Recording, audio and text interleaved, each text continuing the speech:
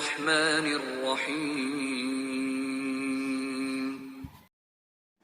السلام عليكم ورحمة الله وبركاته. بسم الله الرحمن الرحيم. إن الحمد لله نحمده ونستعينه ونستغفره ونعوذ بالله من شرور أنفسنا ومن سيئات أعمالنا. من يهدي الله فلا مضل له ومن يضلل فلن تجد له وليا مرشدا.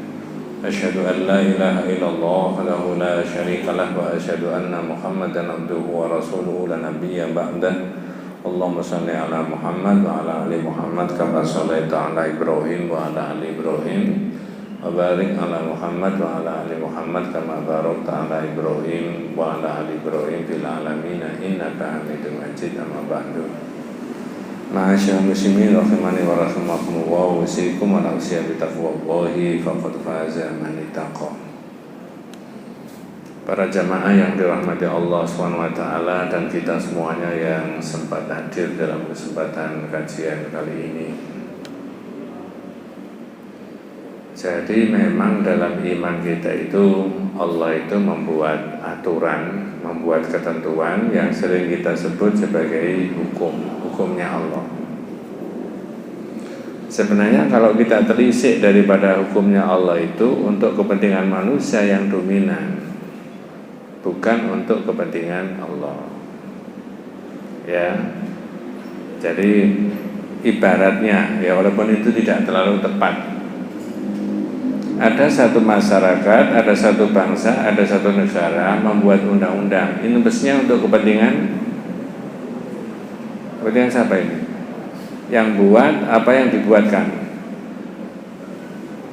Kalau di negara kita yang buat ya siapa? Kalau dari DPR sama pemerintah. Untuk kepentingan siapa? Kepentingan rakyat. Jangan diteruskan untuk kepentingan siapa? Nah, itulah ini. Maka di tauhid itu Pak, ada judul inil hukmu illa lillah. Hukum itu miliknya Allah. Jangan salah paham bahwa kita ini makhluknya Allah. Terserah Allah mau diatur gimana aja ya. Ya manut gitu.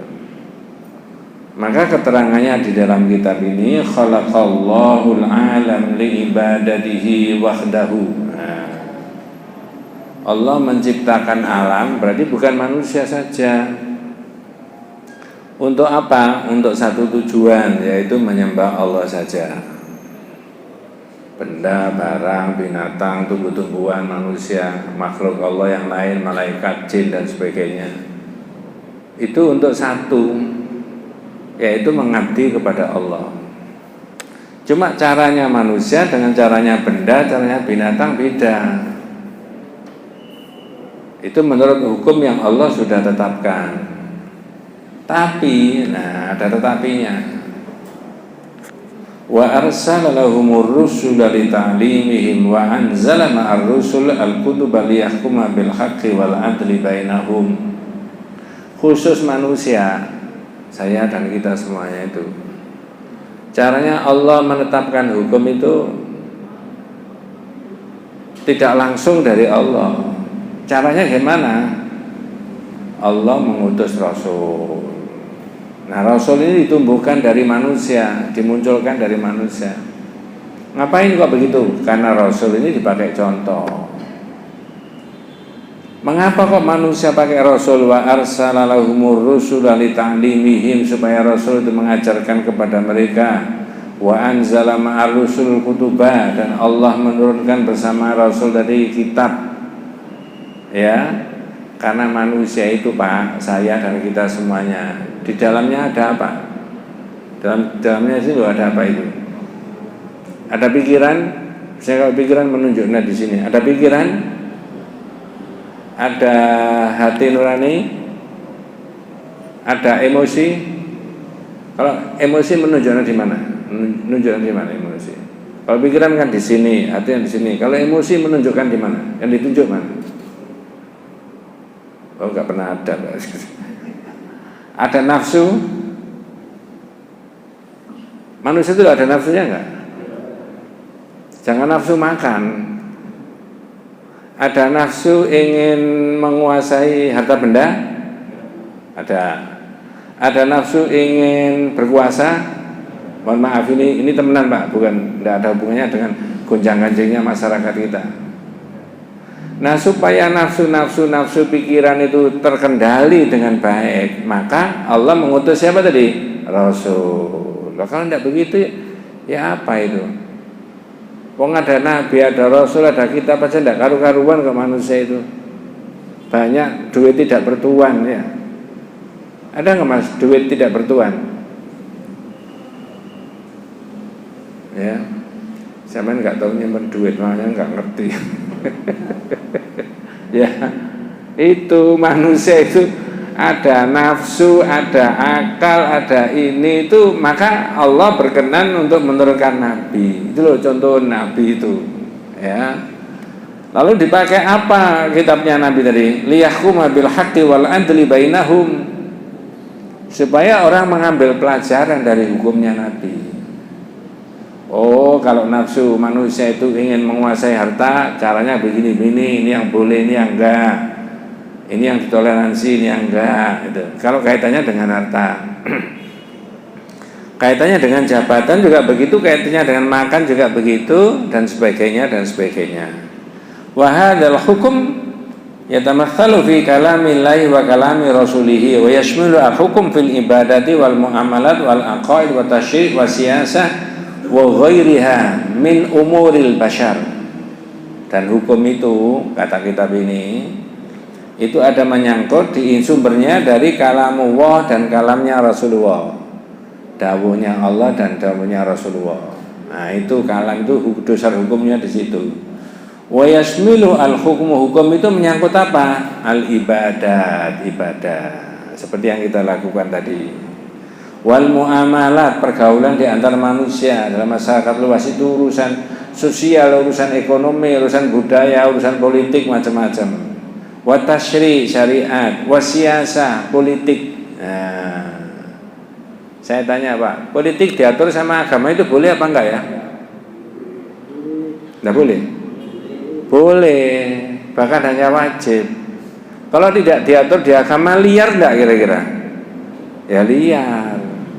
Maka di sini diterangkan, ya semuanya itu adalah min umuril bashar, itu untuk kepentingan manusia, dan itu termasuk ada urusan-urusannya manusia. Terdiri dari apa?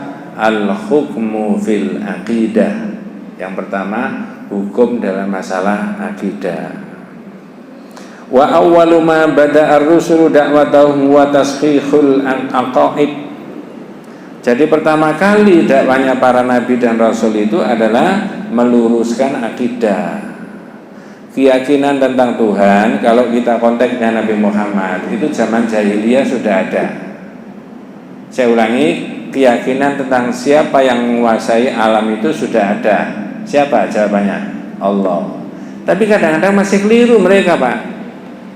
Oh barangkali di gunung ini, oh barangkali di benda ini, oh barangkali di tepi laut ini, oh barangkali ada di jurang ini yang menguasai itu loh. Mereka membuat al-asnam, berhala-berhala banyak sekali. Begitu Nabi hadir, kalimatnya la ilaha illallah, maka semua harus dihapus, dikembalikan hanya kepada Allah saja. Ini namanya hukum dalam bidang apa? Akidah yang kita pelajari itu. Nah begitu ya. Seperti dakwanya para nabi itu dimulai dari akidah. Cuman ini diberi contoh ya. Hukum dalam akidah itu adalah ketika Nabi Yusuf memberi penjelasan mengenai siapa yang dituhankan. Nah, saya ulangi, yaitu ketika Nabi Yusuf bercerita kepada sesama orang yang ada di dalam penjara berkaitan dengan siapa yang dituhankan. Minta tolong kalau ada HP-nya yang ada Qur'annya, bisa dibaca surat Yusuf ayat 39 ya. Surat apa tadi Mas? Yusuf ayat 39. Ini diberi contoh. Ini loh Nabi Yusuf meluruskan akidahnya umat. Nah kalau Nabi Muhammad sudah kita pelajari berkali-kali itu Ya. Apa kata Nabi Yusuf di dalam Al-Qur'an itu? Ya sahibayi sijni a'arbabum mutafarriquna khairun amillahul wahidul qahar. Nah, begitu. Ada terjemahnya, Pak? Monggo kalau wahai kedua penghuni penjara. Ini sahabatnya sama-sama di penjara. Berarti Nabi Yusuf itu pernah di penjara enggak? Urusan apa? Gini dulu. Urusan fakta apa urusan fitnah? Fitnah. Nah. Fitnah mengenai apa itu? Ya, wes, oh, kalau begitu Nabi itu pernah di penjara urusan fitnah, berarti 2023 ada enggak orang di penjara karena urusan fitnah? Koro sampean. Ini temenan, Pak. Orang melihatnya hanya bukan dohir ayat ini. Ngapain Nabi Yusuf itu di penjara? Di fitnah, berselingkuh kan begitu. Padahal bukan fakta itu, apa? Fitnah, hoax. Nah, makanya saya tanya, kira-kira orang di penjara karena fitnah itu berhenti sampai pada zamannya Nabi Yusuf tok atau sampai 2023? Loh ya temenan nih, Pak. Coba didengarkan siapa saja ya boleh, nggak apa-apa ya. Nggak menunjuk siapa-siapa kok. Makanya orang nggak boleh memfitnah. Apalagi akibat dari fitnah itu sampai orang dijebloskan di mana? Penjara. Tapi bukan itu, bahasan kita bukan masalah penjara. Tapi masalah apa? Apa yang dilakukan oleh Nabi Yusuf ketika dia di penjara? Monggo, Mas. Manakah yang baik? Tuhan-Tuhan yang bermacam itu ataukah Allah yang Maha Esa Maha Perkasa? Jadi temannya sesama yang di penjara diberitahu, "Hai Mas, siapa yang paling baik? Apa Tuhan yang banyak-banyak itu apakah Allah saja?" Ini iya sampean sekarang jawab begitu ya. Nah, zaman itu kan bisa berbeda. Jangan begitu. Sekarang di masyarakat kita aja loh. Rasanya 500 tahun yang lalu, 600 tahun yang lalu, orang berdakwah mengajak menyembah Allah satu-satunya, itu masih meyakini benda ini, benda itu, barang ini, barang itu punya kekuatan yang bisa menandingkan dengan kekuatannya siapa? Allah. Nyatanya masih ada. Nah, begitu. Dia tidak merasa mantap kalau tidak merasa memberi sesaji dulu. Kalau tidak begitu, khawatir nanti proses masa depannya itu jadi tidak baik. Nah, itu kan meyakini yang lain-lain selain dari Allah itu. Maka Nabi Yusuf berkenan, teman-teman yang sesama di penjara, mana yang lebih baik? A'arbabum mutafarriquna khairun amillahul wahidil qahar. Apakah Tuhan yang banyak itu ataukah Allah? Nah, zaman Nabi Muhammad ya sudah jelas tidak boleh mengilahkan apa saja benda barang kecuali Allah. Lanjut Mas, monggo berikutnya. Ma ta'buduna min dunihi illa asma'an samaitumuha antum wa aba'ukum ma anzalallahu biha min sultan inil hukmu illa lillah. Monggo. Apa yang kamu sembah selain Dia hanyalah nama-nama yang kamu buat-buat, baik oleh kamu sendiri. Tak potong. Berarti ada kemungkinan kalau zaman dulu kata Nabi Yusuf yang kamu sembah itu kamu buat sendiri. Kira-kira sampai sekarang yang disembah itu dibuat sendiri ada enggak?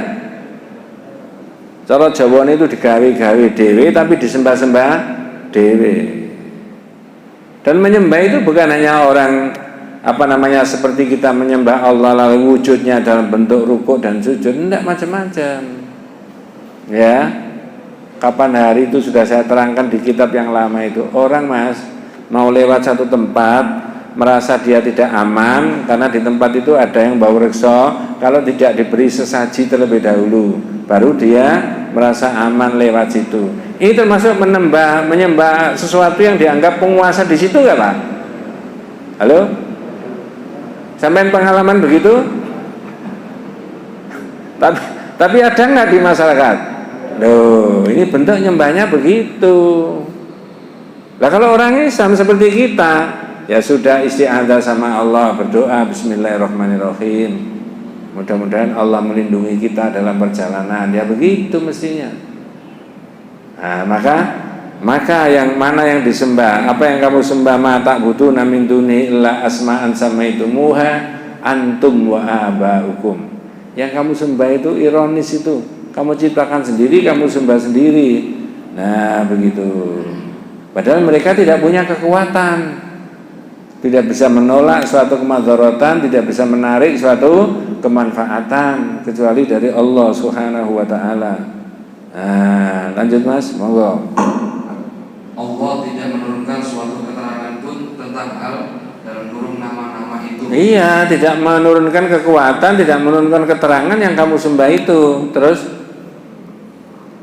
keputusan itu hanyalah milik Allah. Inil hukmu illa lillah. Ini yang saya maksudkan, hukum itu miliknya Allah. Jadi yang pertama saya ulangi, hukum itu ada hukum akidah, keyakinan orang Islam itu hanya mengesahkan Allah. Saya hampir setiap ngaji menyebutkan bahwa fenomena ketidakbaikan yang ada di masyarakat, menyangkut ekonomi, menyangkut politik, menyangkut budaya, menyangkut hukum, itu bermula dari kesyirikan, bermula dari akidah yang tidak baik. Kalau akidahnya baik, mohon maaf, mau nggak orang di story duit itu kemudian dikumpulkan sendiri sampai senilai berapa? Sampai nggak tahu di story, wah apa makanya karo. Kalau orang berakidah tauhid, Pak, hanya Allah saja yang dituhankan. Dan mana perintahnya Allah? Loh, ini duit amanat, saya harus lanjutkan sana. Loh, kan jelas Pak ya. Ini duit amanat, bukan milik kita. Loh, tapi orang kan tidak tahu, masih orang tidak tahu, Allah tahu kok. Kan tidak ada CCTV, ya nggak ada CCTV-nya kan, malaikat itu kan ada, ya. Coba. Nanti kan nggak ditanya sama KPK, walaupun nggak ditanya KPK itu malaikat ya tanya nanti kan. Loh, ini loh Pak, kekuatan iman itu sampai di situ. Maka hukum akidah ini didahulukan dalam dakwanya para nabi dan para rasul. Nah sekarang saya tanya jenengan yang hadir, andai kata hukum dalam bidang akidah ini kemudian bukan hanya diyakini tapi diamalkan oleh orang muslim dari Sabang sampai Merauke, aman nggak negaranya sampean itu? Sekarang sudah aman? Karena amannya itu bukan hanya faktor fisik, ekonominya tidak aman, politiknya tidak aman, penegakan hukumnya tidak aman. Jadi ini kelihatannya materinya tauhid, tapi materi tauhid itu bisa ditarik kemana-mana supaya jamaah punya wawasan dan pikiran yang luas. Oh Pak Ustadz, ternyata kalimat la ilaha illallah itu hanya tidak sekedar hanya di meja, enggak Mas, bisa di kantor, bisa di gedung DPR, betul? Iya, bisa di gedung kejaksaan Pak. Saya mau tanya, bisa di kantor kepolisian? Boleh nggak diomongkan begitu? Boleh. Sorry aja, saya umat Islam nggak bisa, saya harus berbuat adil. Oh nggak salah lah, kok diperkarakan. Kan begitu kan mestinya Pak ya? Nah begitu. Wes, nggak boleh emosi lah ya. Nggak boleh emosi. Dilanjut Mas. Yang kedua, kalau yang pertama tadi hukum al-hukmu fil aqidah, kunci kebahagiaan dan kebaikan dunia itu keyakinan tentang Allah itu tadi. Ya. Maka orang akan berhenti dari semua ketidakbaikan kalau itu keyakinannya tentang Allah dipakai dengan sebaik-baiknya. Yang kedua, al-hukmu fil ibadat, hukum dalam masalah ibadah. Itu oleh Nabi diatur. Ya, diatur. Tak kasih contoh ya, walaupun ini bukan ibadah mahdhah, bukan ibadah mahdhah. Kalau ada orang meninggal, saya sudah pernah membuat ilustrasi. Itu makamnya kan lubangnya kan gini, nanti kepalanya kan sebelah utara toh. Halo? Sampai tidak bisa menjawab dengan baik karena belum berpengalaman toh. Kak, Pak, memasukkannya dari sini bisa masuk nggak? Kalau ini lubangnya itu loh, dimasukkan dari barat, bareng-bareng bisa masuk nggak? Bisa. Dari timur, dikerek dari atas, bisa. Tapi sunnahnya Rasulullah lewat mana? lewat selatan sini. Berarti yang masuk dulu apanya? Kepalanya. Lewat arah kaki. Di sini ada 3 orang. Jenengan titeni Pak, barangkali besok jenengan dimasukkan di sini. Besok maksudnya itu ya. Ya bukan jenengan toh, semua manusia Pak ya. Ini orang Islam itu begitu, biasa saja menghadapi begitu-begitu itu. Tapi hukum ini diatur sama Nabi. Nah yang kedua, hukum dalam masalah ibadah. Seperti yang kita lakukan tadi loh, sholat duhur. Berapa rakaat? Ditambah boleh? Dikurangi boleh? Subuh berapa rakaat? 2. Kalau pakai akal, mestinya subuh berapa rakaat? Subuh itu apa? Oh, gak 4 rakaat ya. Sambil berniat apa? Olah, ya gak boleh Mas. Ya, mestinya zuhur itu cepat-cepat 2 rakaat aja, sebentar lagi masuk kantor lagi. Apa begitu kira-kira? Itu sudah domainnya, wilayahnya Nabi. Maka orang tidak boleh menambahi dan mengurangi yang berkaitan dengan ibadah tadi. Di situ nanti ada perbedaan kecil-kecil itu Pak di masyarakat. Mohon maaf orang dakwah itu ketika ada perbedaan jangan diolok-olok Pak. Terangkan mengapa bisa berbeda. Itu loh maksudnya. Tak kasih contoh ya, ini bukan mengolok-olok dan bukan menyalah-nyalahkan. Ada nggak orang Islam mau sholat menghadap kiblat setelah wudhu selesai kemudian langsung Allahu Akbar? Ada? Ada nggak yang kemudian membaca sesuatu dulu dari lesannya? Usolli fardhu zuhri. Ada nggak? Bedakan itu. Loh ada yang muni gitu, ada yang nggak muni. Lah maksudnya kitab itu kembalikan yang diajarkan Nabi. Karena ini hukum dalam bidang ibadah itu wilayahnya siapa untuk menerangkan? Jawabannya wilayahnya Nabi. Haknya siapa? Haknya Nabi. Umatnya boleh menambah, mengurangi? Tidak boleh. Maka di sini diterangkan yajibu an nakhudha ahkamal ibadati min sholatin wa zakatin wa hajjin wa ghairi dzalika minal qur'ani wal hadithi sahih amalan biqaulihi sallallahu alaihi wasallam sallu kama raaitumuni usolli wa fi qaulihi sallallahu alaihi wasallam khudhu anni manasikakum. Yang ditampilkan dua apa itu? 2 yang berkaitan dengan hukum masalah ibadah. Nabi mengatakan kalau kamu sholat ikuti saya, mau berdirinya, mau rukuknya, mau sujudnya. Coba saya tanya, sujud itu yang kena di lantai apanya Mas? Batuknya tok lah, sama tangannya, sama lututnya, sama jari kakinya, ditambah mana mestinya? Mohon maaf saya kadang-kala masih melihat ini loh, hidung ini kadang-kadang tidak nempel. Tidak nempel. Mengapa ya itu urusannya Nabi? Terus gimana Pak Ustadz, wong Indonesia itu hidungnya nggak seberapa panjang, tapi tetap bisa nggak walaupun tidak seberapa panjang Pak? Iya kalau orang itu hidungnya panjang kan enak, sujud gini aja sedikit aja sudah kena itu. Wong kita enggak ya. Ya tetap bisa mengikuti Nabi. Itu namanya hukum dalam masalah apa? Ibadah. Ya. Saya tanya, rumusnya gimana Pak kalau masalah dunia, masalah ibadah itu? Kalau masalah ibadah jangan dilakukan dulu sebelum. Halo? Kita kasih contoh aja paling enak. Ini ada orang sekian banyaknya sholat, tidak ada yang kari, tidak ada yang masbuk. Sholatnya sholat maghrib. Begitu imamnya salam, Assalamualaikum warahmatullah.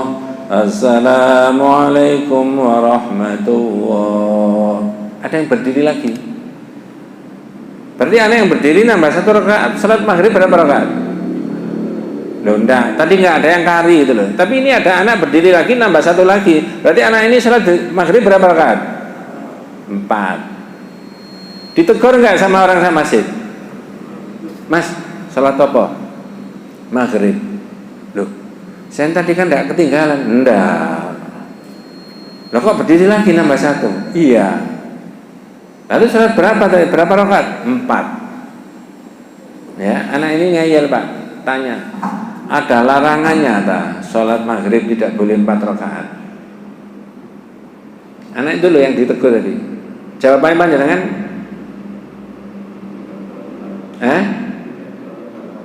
Kalau sampean jawab ada larangannya, sampean cari dari Sabang sampai Merauke nggak ketemu. Yang benar jawabannya apa?